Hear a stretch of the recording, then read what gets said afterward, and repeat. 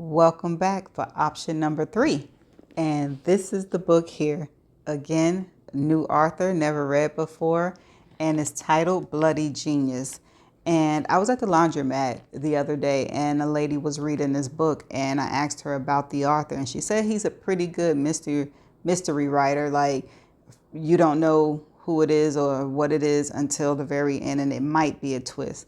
Those are the type of mysteries I like that have me going throughout the whole book. Okay, so enough chitting and chatting. Chapter 1. Bartholomew Quill led his companion through the murk and up the library stairs towards his personal study corral. Though Quill was normally restrained to the point of rigor mortis, she could hear him breathing, quick breaths, excited. They'd been there before, and the woman found the experience both weird and interesting. She was a step behind him and lower, and she reached out and stroked his thigh. But at the top of the stairs, Quill put out a hand, pressing it back against her chest, and whispered, "Shh, there's a light." The library was never entirely dark, not even in the middle of the night, but there'd never before been a moving light. She could see one now, no brighter than an iPhone dancing like a ghost through the bookshelves. Not a security guard. It was an iPhone, she thought. Not the flashlight, but the much weaker screen light. Quill moved away from her and closer to the light. He was wearing gray dress slacks, a gray knit dress shirt, and a black sport coat, so he was basically invisible in the dark. The woman felt a chill crawl up her arm and she stepped sideways into the book stack. She learned well the lesson of trusting her instincts about trouble. She turned a corner on one of the stacks and crouched, listening in the silence. Then Quill's voice, "Hey, hey, where'd you get? I'm calling the police. You stay right where you're at." Then a wet whack, and after a second, another whack. The sound was heavy and violent, as if delivered with a crowbar. The whacks were followed by a couple of bumps, and not another word from Quill.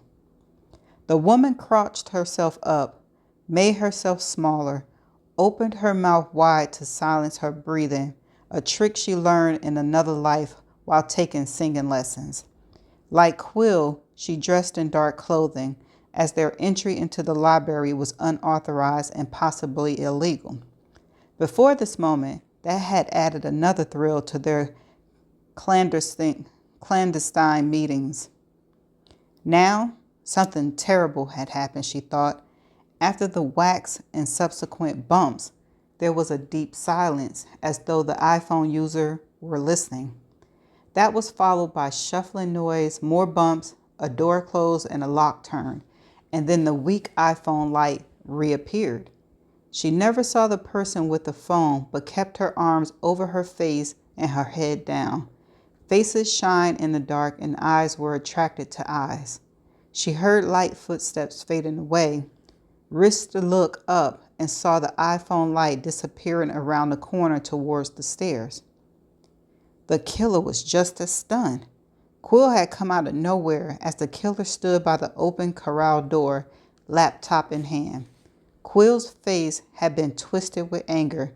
He shouted, "Hey, hey," and something else. Then, "I'm calling the police." Quill turned away and without thinking, panicked, and the killer had lifted the laptop computer and brought it down on Quill's head. After the first blow, Quill said, "Ah," and gone down, and his forehead had hit the edge of the corral desk and his head had turned.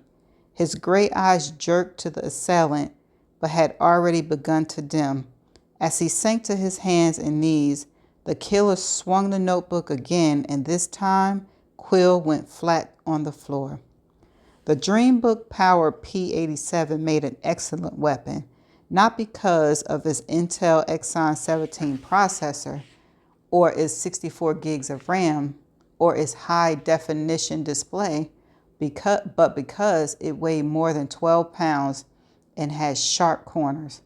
By comparison, an Irwin Tools fiberglass-handled general-purpose claw hammer, an otherwise excellent weapon, weighs only 16 ounces a pound. When the killer sank the computer into the back of Quill's head, the professor smacked the desk with his forehead.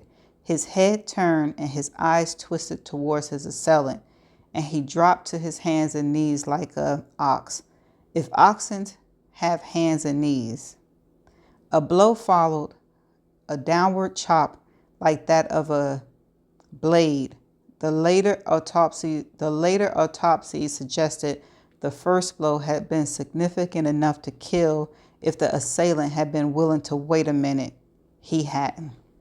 The second impact certainly finished the job, and Quill lay sprawled across the floor and partially under the corral desk, leaking both blood and cerebrospinal fluid. Quill never felt much pain, only an awareness of the blows and his beginning to fall. The lights went out and he dropped into the darkness deeper than any sleep. The library corral had been his own personal cubbyhole, renewed semester by semester over the years. Strictly speaking, that shouldn't have been the case, but Quill was rich and handsome and famous for his research into innovative therapies for spinal nerve injuries. So he got by with it. And it had become a go-to place for his late-night sexual assignations away from all eyes. I don't know if I'm pronouncing that right. The killer had 1,000 thoughts raging through his head. Near the top, however, was get out and DNA and fingerprints. The library was nearly silent, broken only by the vague clicks and hums of any building at the night with heaters and fans. The killer stood listening, then looked down at the body, licked his lips once, thinking. The laptop came with a soft plastic cover. He used it to wrap one of his hands and then dragged Quill's leg from the doorway into the corral where, with the door closed, the body couldn't be easily seen through the narrow translucent window. His heart was pumping hard. He was breathing like a steam engine. He tried to calm himself, took a moment, stepped on something. The fob to Quill's BMW lay on the floor where he dropped it, along with his cell phone. The killer picked up the cell, the keys, and the murder weapon, took another moment to listen. As expected, the library was empty and dead silent. It closed at 6 o'clock, and he murdered Quill at the stroke of midnight.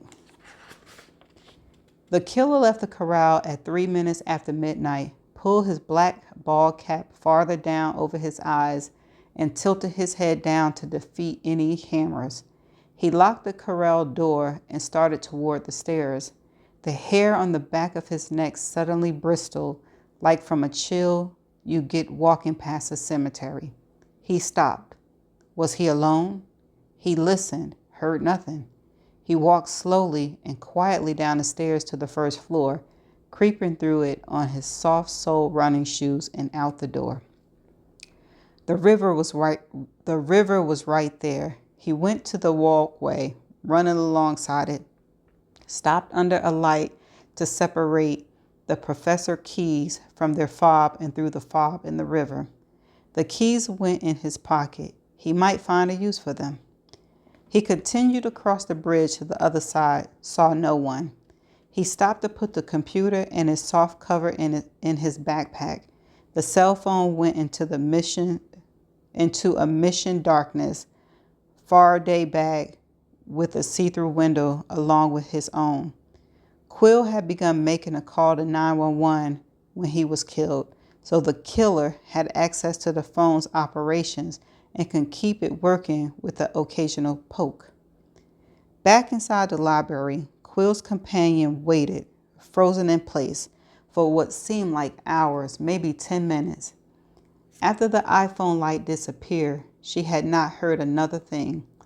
Taking a chance, she dug silently in her purse and found the switchblade she purchased in Iowa, where they were legal, as personal protection.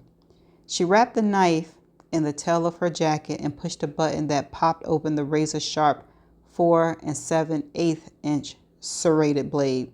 The the mechanical unlatching muffled by the cloth. She listened for another moment, then crawled down the aisle between the book stacks, got to her knees, then to her feet, and slipped over to the corral. The door had a small vertical slit window, but with translucent glass. She muttered, "Shit," and waited, listening, tried the door, but it was locked. She turned on her iPhone flashlight and directed it down through the window, but couldn't see anything at all through the cloudy pane. Nothing was moving inside. Quill, she thought, might be dead. He was probably badly hurt at the least. She should call the police, but she wasn't the type. The thought held her for a moment. She didn't owe Quill. He brought her into this. If he was still alive and survived, she could tell him that she ran away and never knew that he'd been hurt. The decision made, she turned off the light and slipped through the library, her lips moving in a prayer that wasn't a prayer because she didn't know any, but simply a please, please, please, please, please, addressed to any guy who might be tuned in. She made it down the stairs and out into the river air, the Mississippi curling away beneath the bridge with anything but innocence. It had seen more murderers than any single man or woman ever would. A half block from the library, the woman folded the knife but kept it in her hand, her thumb on the spring release. On the far side of the bridge, she was swallowed up by the night.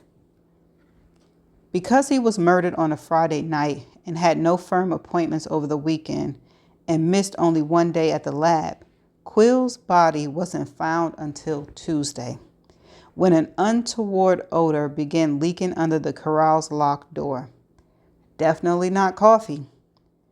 Inquiries were made, a second key was found, the door was open, and the cops were called. Quill had lived alone since his third wife moved out. Neither of his first two wives nor his estranged third made any secrets of the fact that they thoroughly disliked him. The 2-week investigation produced baffled cops. The cops didn't think they were baffled, not yet anyway, but the Star Tribune, a local television station, agreed that they were. And who do you believe, the cops or the mainstream media?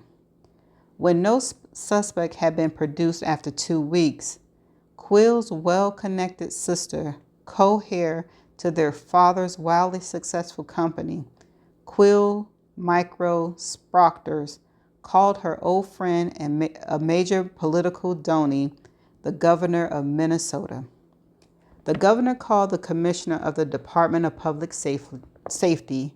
The commissioner called the director of the Bureau of Criminal Apprehension, and the BCA director called one of his supervisory agents.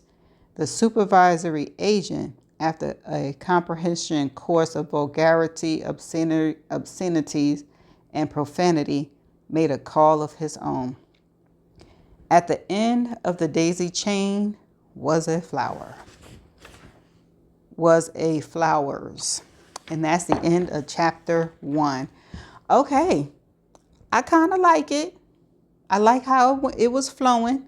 At first I was concerned because there was 3 people and 3 people saw the same exact thing. And the author was going back and forth saying what each of them saw 3 times.